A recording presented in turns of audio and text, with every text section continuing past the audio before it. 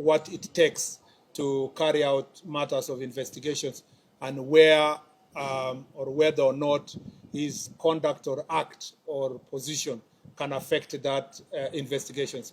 And I think we will cross the bridge when we reach there.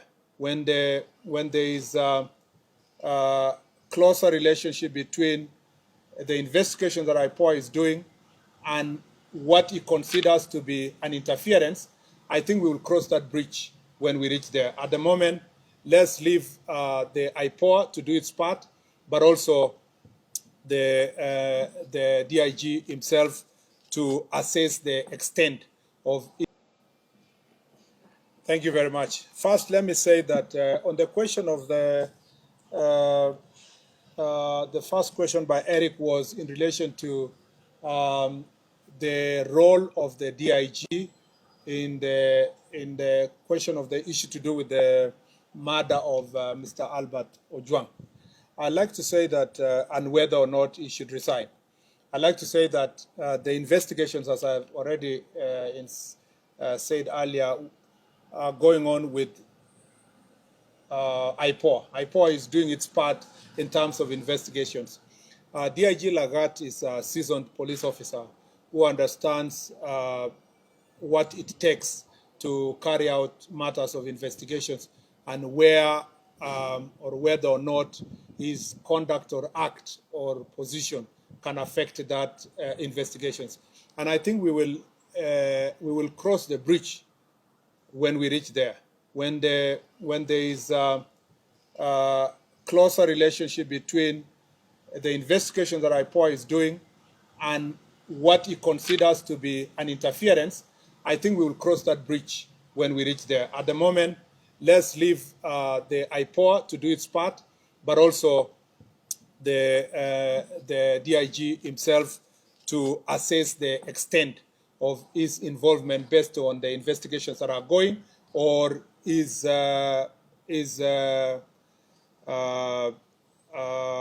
position vis-a-vis the investigations, and then make that decision when we cross there.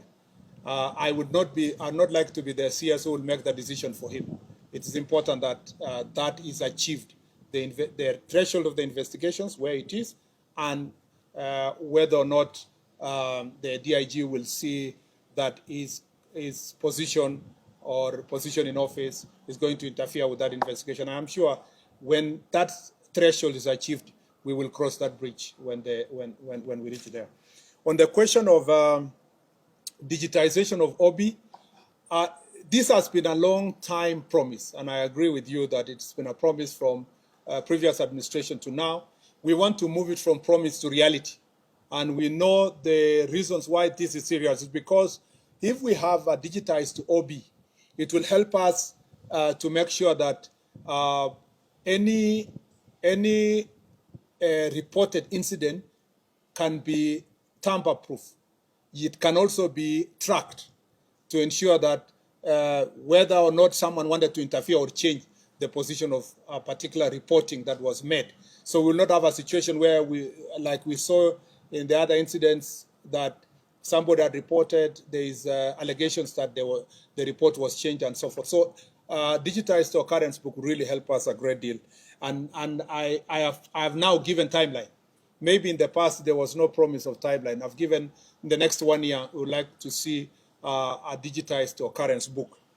And then lastly, Camila has asked a very important question. When will police brutality end? We would like to see that police brutality ends now. It is the duty of any right thinking member of society, including our cabinet secretary and government, to see that police brutality ends immediately.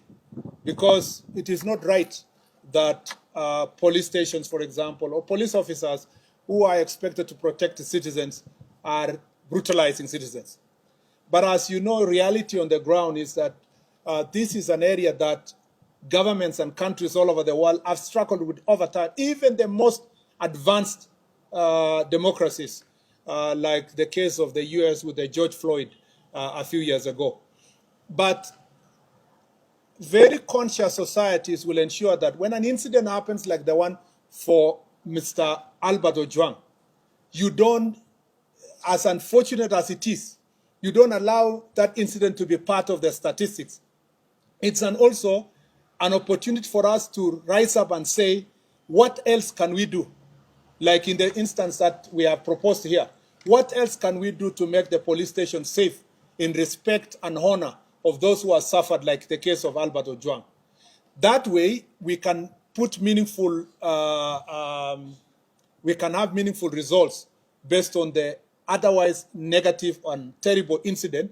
We can be able to turn around and say, so that doesn't happen to any other citizen, this is an opportunity again to up our game in terms of reform. But if you ask me, this is an area that is long overdue. But as I read in my statement, we've made significant